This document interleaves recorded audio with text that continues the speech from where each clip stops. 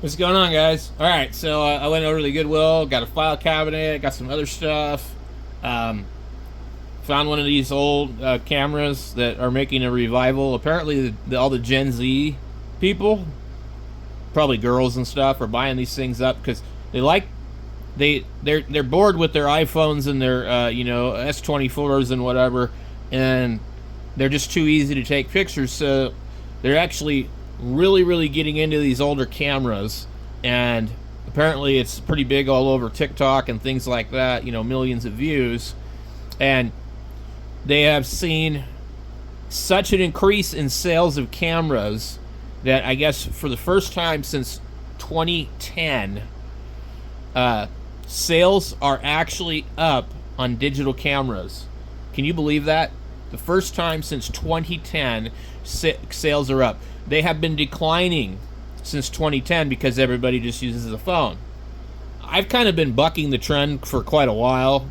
I have a few other point and shoot cameras, but I have I started with the T6 Rebel, a T7 Rebel, and some other cameras like that, and actually started collecting film cameras for a while, but the film wasn't viable because of what it would take to develop everything all the time.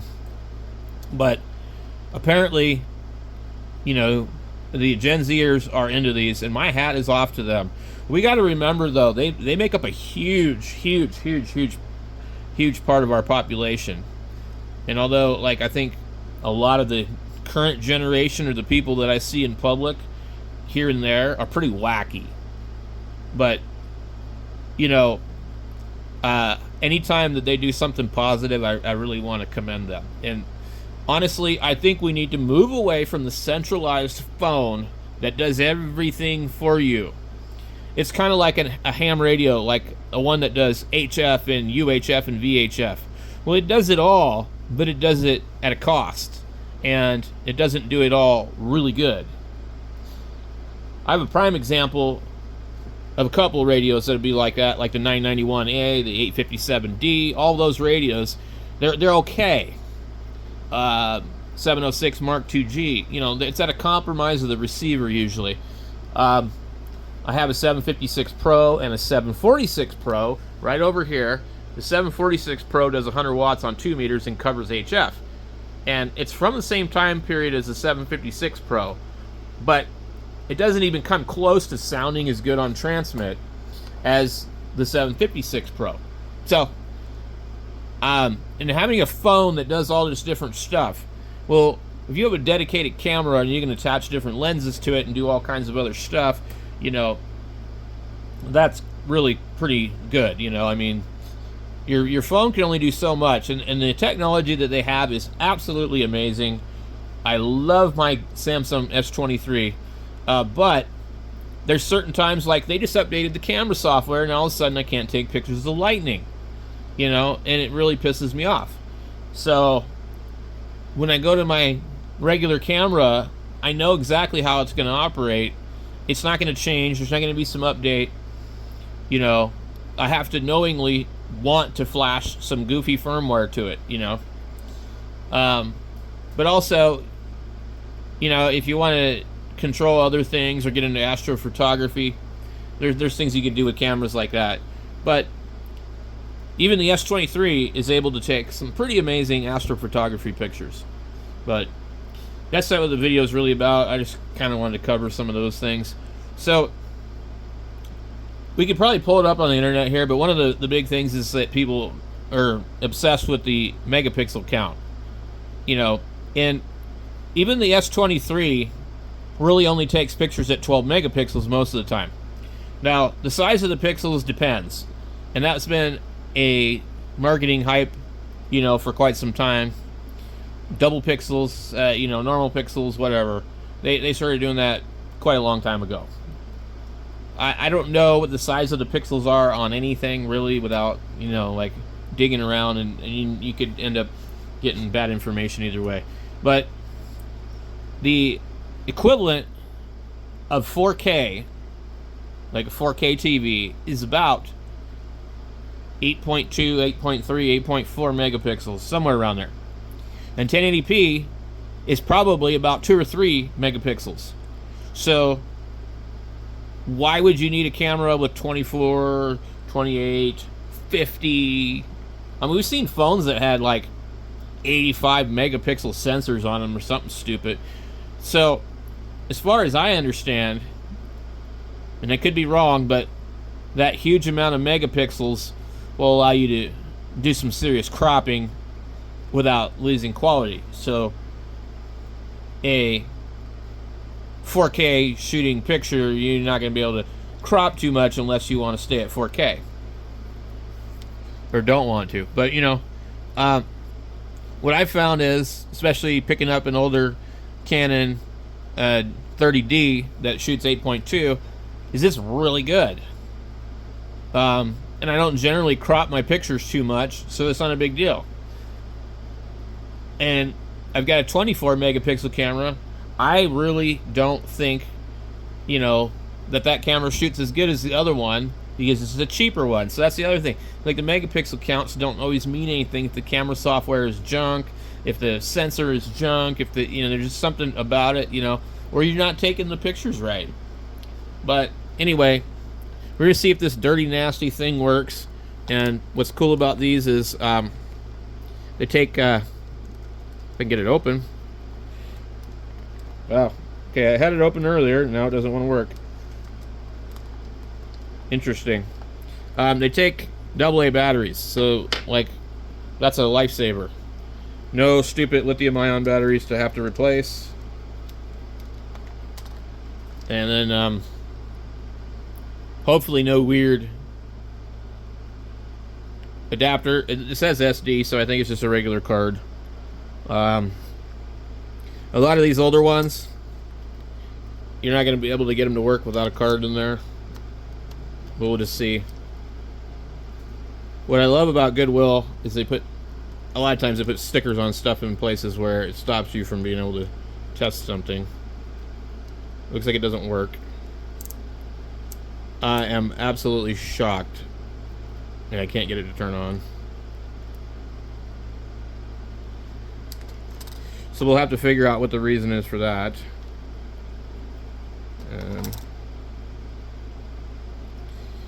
It looks like I might have put the batteries in backwards, so that's really bad. But it still works. So there's something in here where I was looking at it incorrectly. And I'm like, oh, negative there, positive there. No. It's actually, positive needs to be up here. If you look down in here, you can actually see it.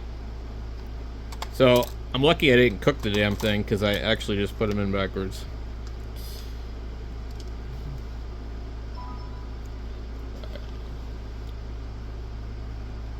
Well, now we don't have anything. So there seems to be some sort of issue with it. I don't know if it's going to work or not.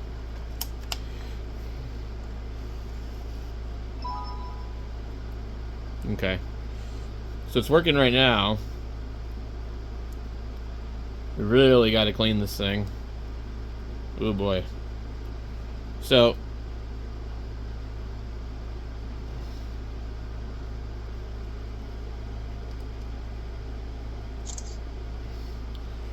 it will take a picture without the memory in it.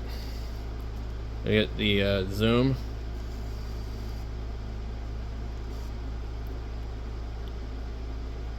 There's a lot of noise. I can see the noise. But let me come back after I clean this. Alright, let me see what I got in my camera bag here. I got some stuff I haven't actually ever used.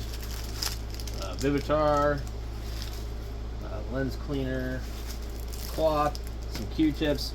They all came in like some kit. So let's just go ahead and use this real fast. This thing's filthy. And we need a Q-tip. I think I've got one that's already kind of filthy over here somewhere. The main problem is like scratching the lens.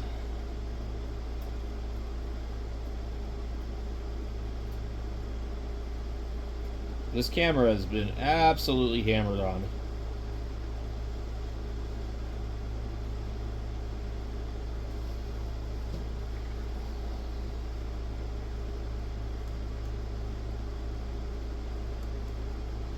So it's going to take a lot to clean a camera like this. Really nasty. So I don't even really think that this is suitable for the screen, but whatever.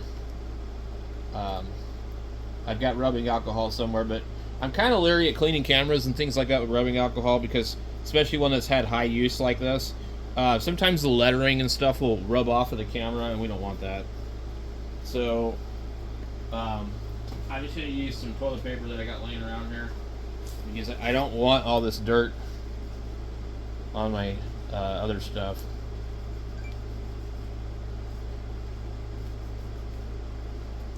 You see we had some dead pixels either in the sensor or the screen. It's pretty common. Man, this thing's disgusting.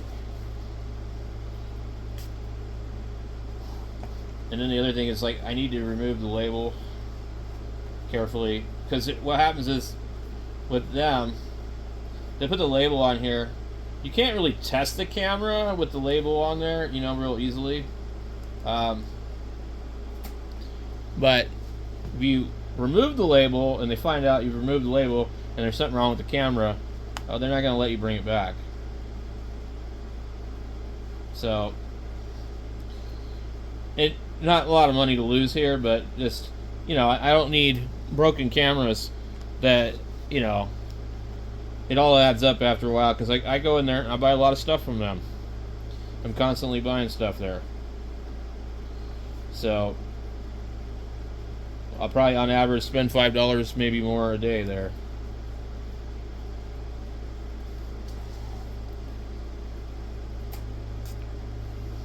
I don't know what is in this cleaner, but it does definitely seem to work quite well. Nasty. Look at that. Ugh.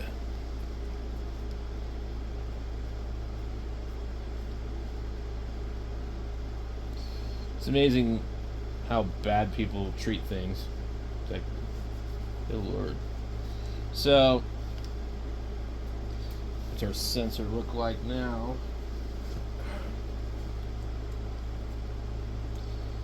It's going to take some cleaning on this lens. It's got like some streaking in the corner, which shouldn't be a problem. I just need to get the front of it clean. Yeah, it's a lot better. Okay, so we come over here. You see the noise, but I don't know what the settings are, like what it's on. It's on movie mode. Okay.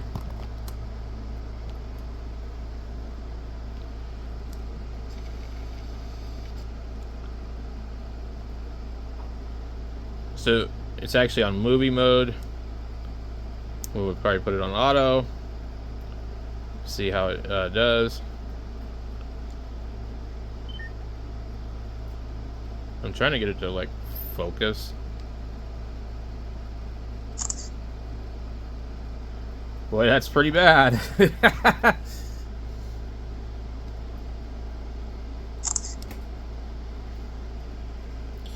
Let's see. That's absolutely terrible. So it's really overexposed for some reason. So usually when a camera is like this dirty, it should be pretty easy to peel the label off of it without destroying the label. They really went to great lengths to make it to where you can't remove the price tag. But if you remove the price tag and tell them, well, I removed the price tag so I could test this thing out, and it's found out after an hour it's broken, they will be upset. They won't. You would have to really argue with them to get a return.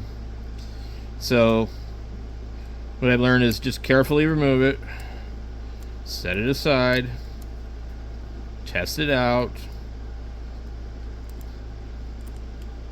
They do like this, there's like an X cut into the tag. It's really ridiculous. If they spent half the time that they did to do all this, they could actually probably pay their employees a decent wage and provide them with medical. See, Goodwill, for most of us that know, pretends to be a non-profit agency, and they take advantage of people with disabilities, and they get them to work there, and they can pay them differently, like less than minimum wage, and they try and make sure that they don't have to offer any kind of medical. And they do offer job retraining services and stuff like that. So it's not completely all bad, but there's definitely some bullshit going on.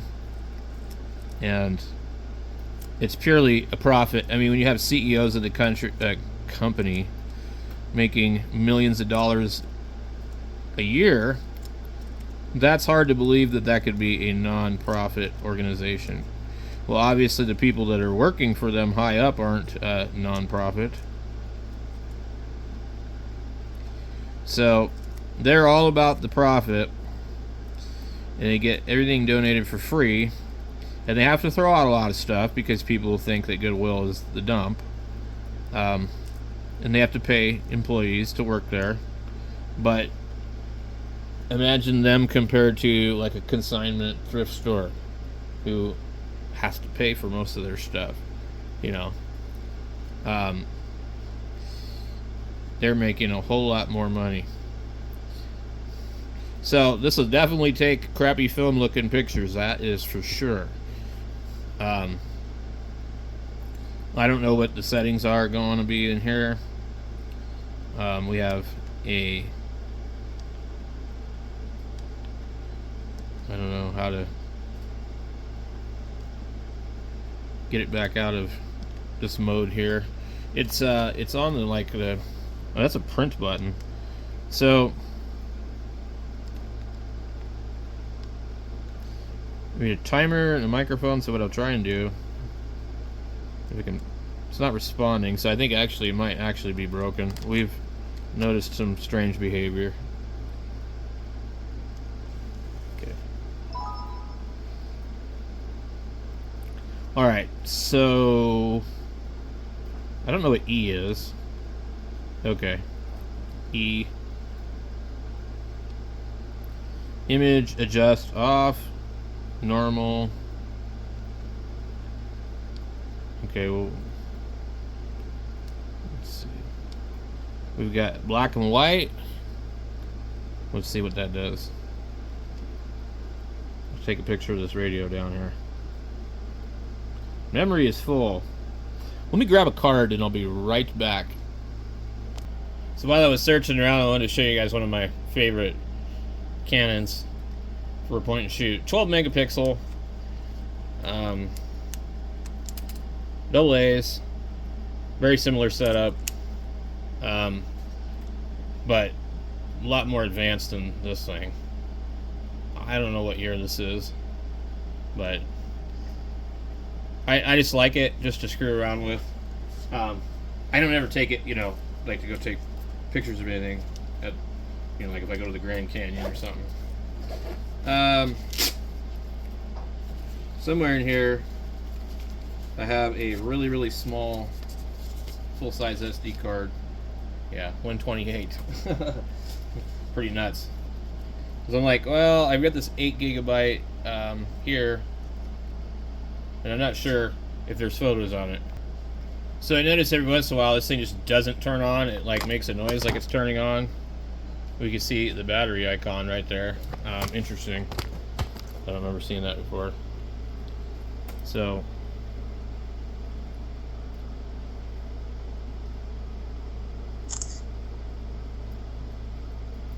let's go see what the picture looks like.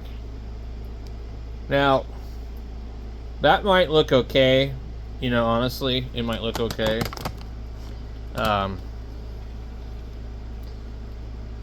Now, what it does here is it's stuck in this mode. And what I haven't figured out is how to get it back into camera mode.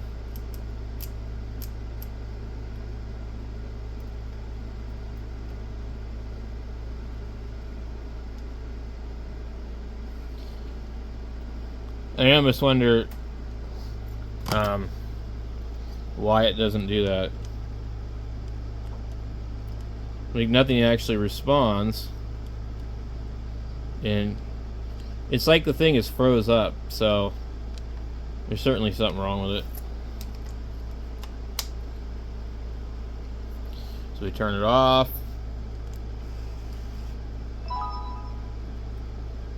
And does that. Let's try a different picture.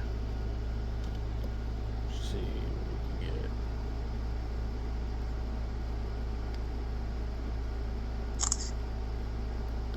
And you see I'm shaking it all over the damn place.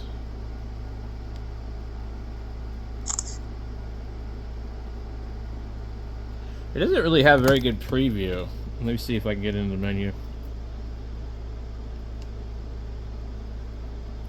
I don't know what that is.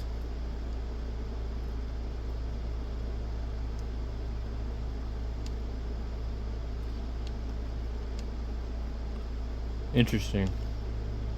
RGB. Look at that. You can change the color. Negative. How cool is that?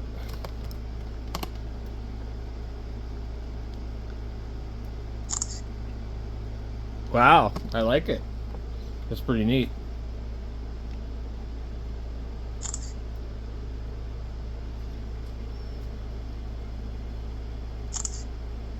I think that right there alone is like cool enough to keep the damn thing. Normal, black and white.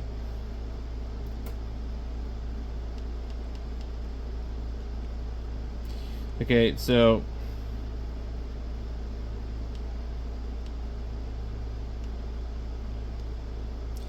image adjust. Wait.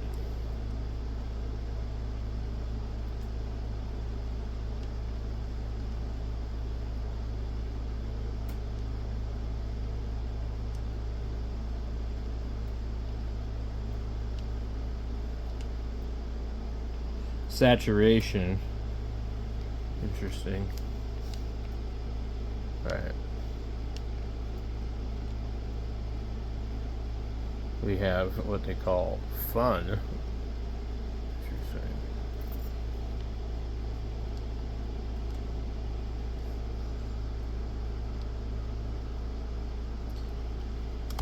This thing's kind of goofy.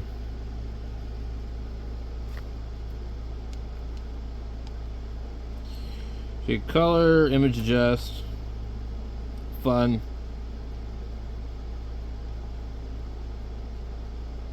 Okay.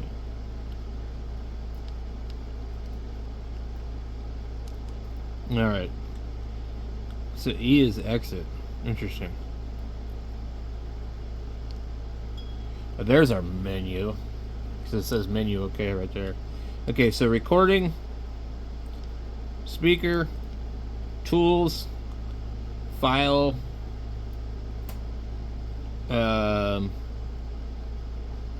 setup, quick view. I need to keep doing that. Okay. Sharpness, contrast. We get in through here. Okay, file. Apparently doesn't let me change it. Series, okay. Strange menu system.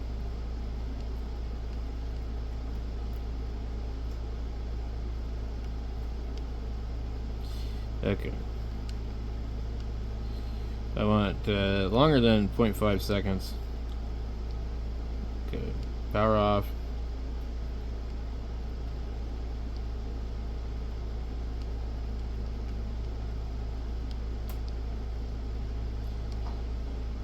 Format, reset, no. Battery type, alkaline. Okay. We see what happens. Okay, nickel metal hydride. It actually lets you select that, which is great. So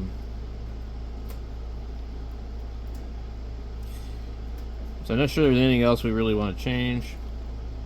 Sharpness, recording. Vivid plus. Okay, that's just for recording. So Menu, okay. Now, I'm wondering if I have to be in some special kind of mode to adjust this thing. There's also this button down here that says play, pause.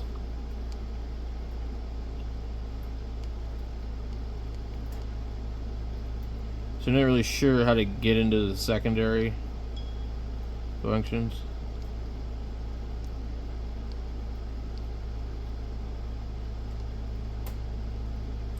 If you long press it, maybe.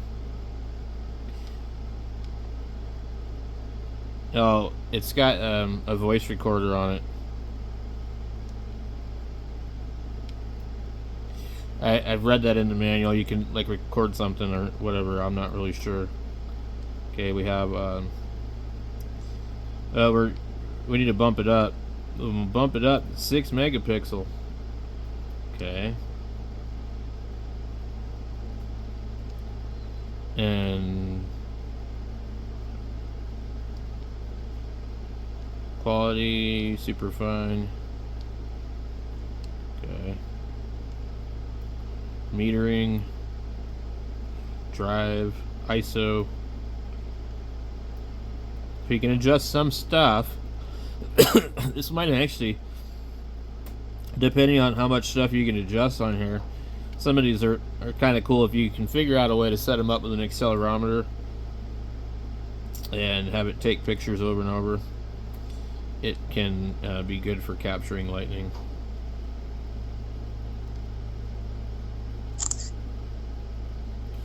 That's terrible. Does this thing need to be on a tripod or something? Okay, we have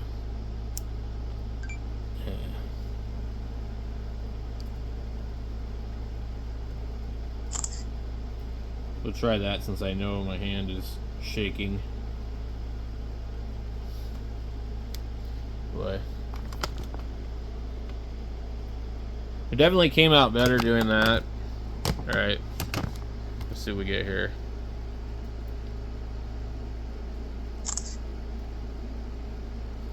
Okay.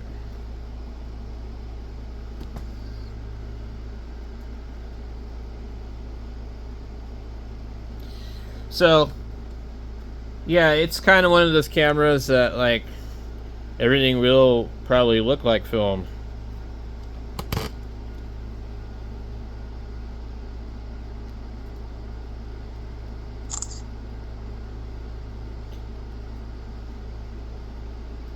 That's actually not too bad right there. So, anyway, we'll catch you guys later. That's my review of the thrift store s630 filmic like camera.